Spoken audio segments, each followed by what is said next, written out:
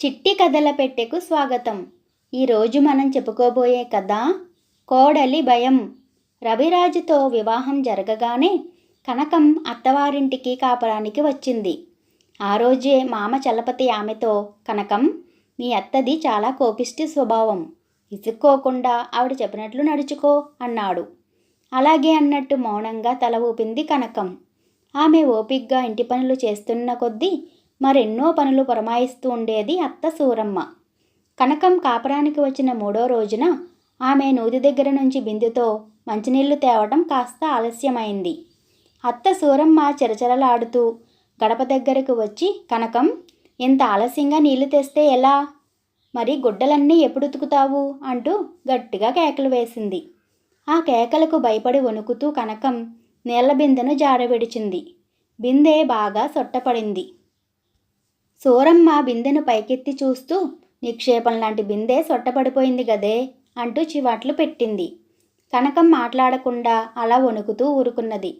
పెరటివైపు గదిలో నుంచి ఇది చూసిన మామ చలపతి అక్కడికి వచ్చి, ఇక ఊరుకో, పిల్ల భయపడిపోతున్నది అని భార్యను శాంతపరిచాడు. మధ్యాహ్నం భోజనాల సమయంలో నేతిగిన్నె పట్టుకుని వడ్డన చేస్తున్నది కనకం. సూరమ్మ కోడలికేసి చురచురా చూస్తూ, వెచ్చబెట్టకుండా నెయ్యి వడ్డించవద్దని చెప్పానా? ఒట్టి మందమతి అని గట్టిగా గద్దించింది. కనకం భయంతో వణుకుతూ నేతిగిన్నెను కింద పడవేసింది. కమ్మని గిన్నెడు నేతిని నేలపాలు చేశావు గదే అని కేకలు పెట్టసాగింది సూరమ్మ. వణుకుతున్న కోడల్ని చూసి జాలిపడి చలపతి మరొకసారి భార్యను శాంతపరిచాడు. ఆ సాయంకాలం కనకం నూతిలోంచి నీళ్లు తోడుతూ ఉంటే సూరమ్మ రొసరొసలాడుతూ అక్కడికి వచ్చి, పొయ్యి మీద అన్నం మాడిపోతున్నది, అది చూడకుండా నూతి దగ్గరికి వచ్చావు. నీ బుర్రలో కాస్తైనా బుద్ధంటూ ఉన్నదా అంటూ అరవసాగింది.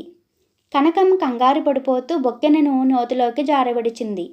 ఆమె భర్త రవిరాజు గేలం తెచ్చి బొక్కెనను బయటికి తీశాడు. మర్నాటి ఉదయం కనకం 2 గేదెల పాలు పితికి పాలచెంబుతో వస్తూ ఉంటే సూరమ్మ ఆమెకు ఎదురుపోయి కొరకొరలాడుతూ, పశువులకు గాబులో కుడితినీళ్లు పొయ్యమంటే పొయ్యలేదేం అంటూ కేకలు పెట్టింది. ఆ కేకలు వింటూనే కనకం ఎంతగానో భయపడిపోయి పాలచెంబును నేలజార్చింది. అప్పుడే వీధిలోంచి ఇంట్లోకి వస్తున్న చలపతి ఇది చూసి, కనకం, నిన్న బిందె సొట్టపోగొట్టావు, నేతి గిన్నె కింద పాడేశావు, నూతిలో బొక్కెన జారవిడిచావు, ఉదయాన్నే పాలు వలకపోసావు, ఇలా అయితే ఎలా అని అడిగాడు. కనకం ఇంకా భయపడుతూనే తల వంచుకుని, మావయ్య, ఎవరైనా నన్ను కసిరితే భయం వేసి వణుకు పుడుతుంది, ఏం చెయ్యను అన్నది దీనంగా. వెంటనే చలపతి భార్యతో, నువ్వు కోడల్ని కసిరినప్పుడల్లా ఏదో ఒకటి పాడవుతున్నది, నువ్వు కోపం తగ్గించుకో అన్నాడు. సూరమ్మ కోపంగా మూతి ముడుచుకుని అక్కడి నుంచి వెళ్ళిపోయింది. మర్నాడు ఇంటికి వచ్చిన పొరుగింటావిడ కాంతమ్మతో మాట్లాడుతూ, సూరమ్మ లోపలి గదిలో ఉన్న కనకాన్ని మంచినీళ్లు పట్టుకురమ్మని కేకవేసింది. కనకం నీళ్లు తేవటం కొంచెం ఆలస్యం అయ్యేసరికి, చెప్పిన వెంటనే తేవద్దుటే అని కసిరినట్టు అడిగింది సూరమ్మ. కనకం భయంతో వనకసాగేసరికి చేతిలోని నీళ్ల చెంబు కింద పడిపోయింది. సూరమ్మ గట్టిగా విసుక్కుంటూ కాంతమ్మతో, ఇదమ్మా మా కోడలి వరస, ఏదైనా మాట అంటే చాలు భయమంట, చేతిలోని వస్తువు వదిలేస్తుంది అన్నది. అవును పాపం, కొత్తగా కాపురానికి వచ్చిన కొందరు ఆడపిల్లలు అలాగే భయపడిపోతూ ఉంటారు. అందువల్ల ఇంట్లో వస్తువుల నష్టం తప్పనిసరి అవుతుంది. దానికి ఒక్కటే మందు, మనం కోపాన్ని కాస్త అదుపులో ఉంచుకుంటే సరి అన్నది కాంతమ్మ. ఆనాటి నుంచి సూరమ్మ తన కోపిష్టితనాన్ని వదులుకుని కోడలితో తూచినట్లు నెమ్మదిగా మాట్లాడటం అలవాటు చేసుకున్నది. కోడలి వల్ల తన భార్యలో వచ్చిన మంచి మార్పుకు చలపతి ఎంతో సంతోషించాడు. అయితే కనకం చాలా తెలివైన పిల్ల. అత్తగారి కోపిష్టి స్వభావాన్ని మార్చటానికి ఆమె కోపగించుకున్నప్పుడల్లా భయంతో వణికిపోతున్నట్లు నటించిన సంగతి ఆమె భర్త రవిరాజు ఒక్కడికి మాత్రమే తెలుసు. ఇక తర్వాత మనం చెప్పుకోబోయే కథ హడావుడి మనిషి. ఒక గ్రామంలో రామయ్య అనే పౌరోహిత్యపు బ్రాహ్మణుడు ఉండేవాడు. ఆయన ఒట్టి హడావుడి మనిషి. ప్రతి చిన్న విషయానికి హడావుడి చేస్తూ ఉండేవాడు. పొరుగు గ్రామంలో ఒక పెళ్లి ముహూర్తం వచ్చింది. పౌరోహిత్యానికి రామయ్యను పిలిచారు. ఆయన ఎంతో ఆనందపడిపోయాడు. హడావుడి మనిషి కావటం చేత రామయ్య కోడి కుయ్యకు ముందే లేచి పక్క గ్రామానికి బయలుదేరుతూ తన భార్యతో, ఒసే, నేను బయలుదేరుతున్నాను, తలుపు వేసుకో, దొంగలు రావచ్చు, జాగ్రత్త అని 1-2 సార్లు అన్నాడు. రామయ్య భార్య లేచి తలుపు వేసి వచ్చి మళ్ళీ పడుకున్నది. ఇదంతా ఇంటి దాపులనే దాగి ఉన్న దొంగలు గమనించారు. వాళ్లకు తెల్లవార్లు ఏదీ దొరకలేదు. రామయ్య వెళ్ళిపోయాడు. ఇక ఇంట్లో ఆయన భార్య తప్ప ఇంకెవ్వరూ లేరు. ఇంకా జాము రాత్రి మిగిలి ఉన్నది. రామయ్య ఇంటికి కన్నం వేస్తే ఇంకేమీ దొరక్కపోయినా బియ్యమైనా దొరుకుతాయి. ఆ మాట అనుకుని దొంగలు రామయ్య ఇంటికి కన్నం వేసి లోపల ప్రవేశించారు.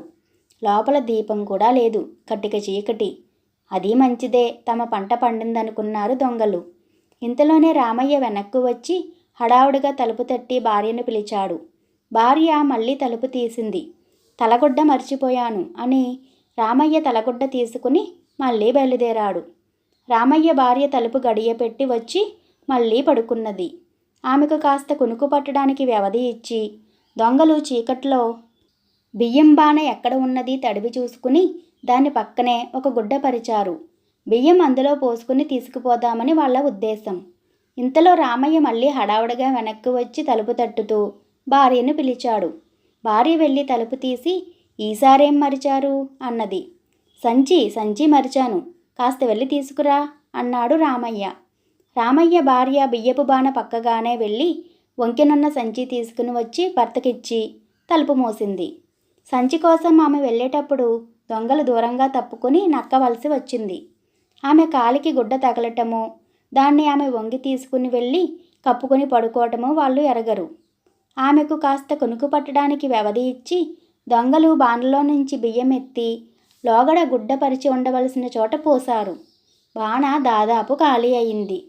బియ్యం మూట కట్టడానికి గుడ్డ చెంగుల కోసం నేల మీద ఎంతసేపు తడివినా అవి దొరకలేదు. తాము నేల మీద బియ్యం పోసిన సంగతి వాళ్లకు తెలిసి వచ్చింది. ఇప్పుడేం చెయ్యాలా అని వాళ్ళు అనుకుంటూ ఉండగా హడావుడి రామయ్య 3వ సారి తిరిగి వచ్చి తలుపు తట్టాడు.